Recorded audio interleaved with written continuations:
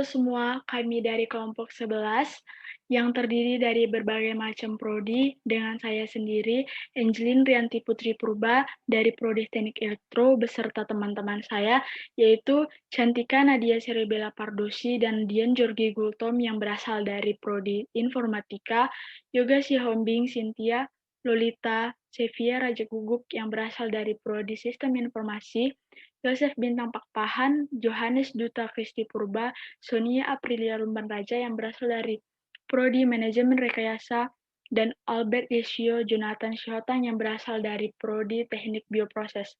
Kami akan mempresentasikan hasil kerja kami. Sebelumnya, kami berterima kasih kepada dosen pengampu mata kuliah, pengantar Reka-Desain, karena atas himbauannya yang diberikan kepada kami, maka kami dapat menyelesaikan proyek ini. Penjelasan lainnya akan dilanjutkan oleh teman saya. Yang menjadi latar belakang dari pengerjaan tugas proyek kali ini adalah Danau Toba sebagai danau terbesar di Sumatera Utara menjadi tempat penggenangan air dari seluruh sungai di sekitarnya. Hal ini membuat setiap zat-zat kimia yang terlarut pada sungai mengalir dan menumpuk pada Danau Toba. Zat-zat tersebut mempercepat pertumbuhan eceng gondok di Danau Toba. Akibatnya, eceng gondok akan semakin banyak dan mengurangi kualitas air pada Danau Toba. Eceng gondok yang berlebihan akan mempercepat penguapan air, menghalangi perahu lewat, menghalangi sinar matahari masuk ke dalam air, sehingga tumbuhan dalam air tidak dapat berfotosintesis dengan baik. Akibatnya, air akan kekurangan kadar oksigen.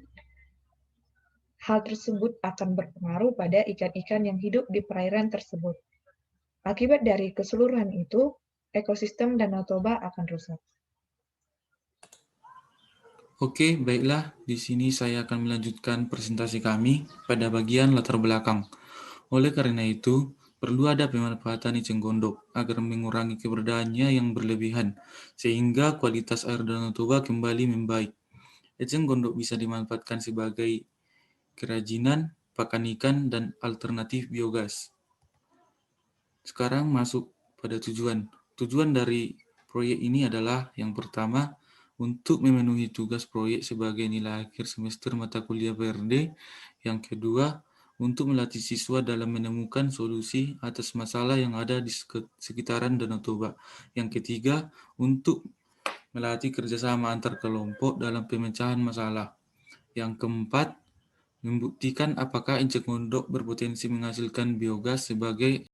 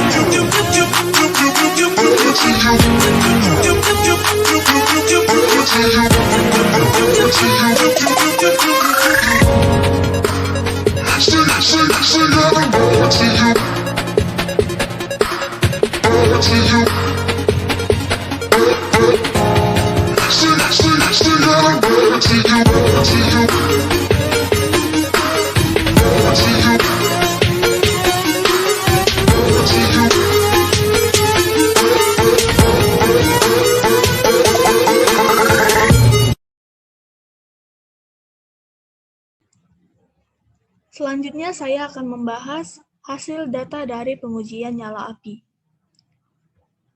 Pada hari ke-7, keadaan api redup dan sulit menyala. Terlihat seperti pada gambar yang pertama. Pada hari yang ke-10, keadaan api menyala dan tidak redup. Terlihat seperti pada gambar yang kedua.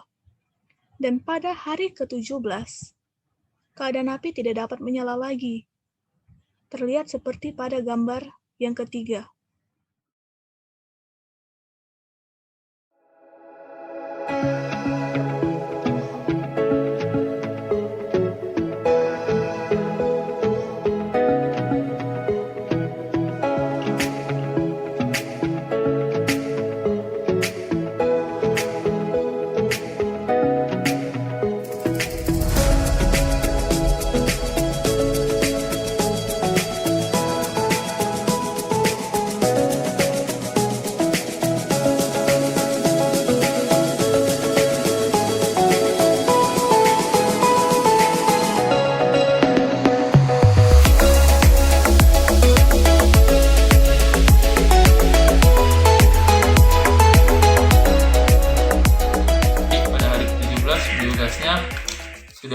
tidak dapat lagi menyala seperti pada hari ke-10 yang hari efektif dalam penggunaan biogasnya. Kita tes sekali lagi apakah dapat menyala.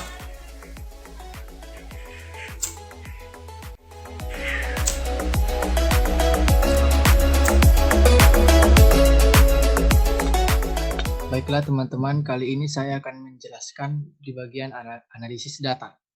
Nah, jadi dari data yang telah diambil selama 17 hari dan 3 kali pengetesan nyala api eceng gondok sebagai hama pada perairan dapat digunakan sebagai energi alternatif biogas.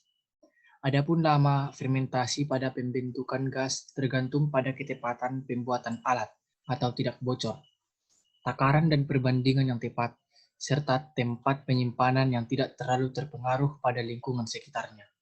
Sekian dari saya, terima kasih. Oke, untuk kesimpulan. Masalah membludaknya eceng gondong dapat diatasi dengan melakukan solusi yang kreatif dan inovatif. Itu yang coba kami lakukan, yaitu pemanfaatan eceng gondok sebagai bahan pembuatan biogas dapat menjadi alternatif solusi terhadap permasalahan apabila dilakukan dengan terampil. Permasalahan kami yang tadi adalah mengurangi eceng gondok untuk meningkatkan kualitas air. Adapun sarannya yaitu yang pertama, pengelolaan eceng gondok menjadi biogas harus lebih dikembangkan dengan penelitian lebih lanjut agar diperoleh komposisi yang benar-benar tepat untuk menghasilkan biogas secara optimal dan dapat mengurangi populasi eceng gondok tanpa merusak lingkungan. Yang kedua, rancangan alat harus dilakukan secara benar. Pastikan pada alat tidak terjadi kebocoran. Yang ketiga, tidak menggunakan pipa terlalu panjang. Dan yang terakhir, untuk penelitian lebih lanjut, sebaiknya menggunakan reaktor biogas skala besar yang menggunakan materi yang tidak mudah dipengaruhi suhu lingkungan. Selain itu, peneliti dapat menggunakan desain yang ada pada rancangan ini.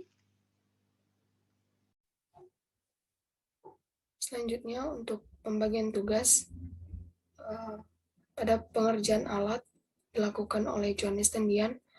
Pada pengerjaan laporan bagian bab 1 pendahuluan dikerjakan oleh Dian. Pada bab 2 tinjauan pustaka dikerjakan oleh Johannes. Bab 3 metode penelitian dikerjakan oleh Johannes. Untuk yang bab 4 biaya dan jadwal kegiatan dikerjakan oleh Angelin dan Cantika. Untuk yang bab 5 kesimpulan dan saran dikerjakan oleh Sevia, Sonia dan Yosef. Untuk yang bagian lampiran dikerjakan oleh Albert, Yoga, dan Dian. Untuk yang pengerjaan daftar isi atau memperbaiki isi laporan dikerjakan oleh Cynthia Silahen. Dan untuk yang editing video dikerjakan oleh Johannes dan Yoga. Sekian dari presentasi kami. Terima kasih telah mengikuti presentasi kami. Semoga dengan presentasi ini dapat menambah wawasan pendengar dan apabila ada kekurangan dan kesalahan pengucapan yang kurang berkenan, mohon dimaafkan. Sekian dan terima kasih.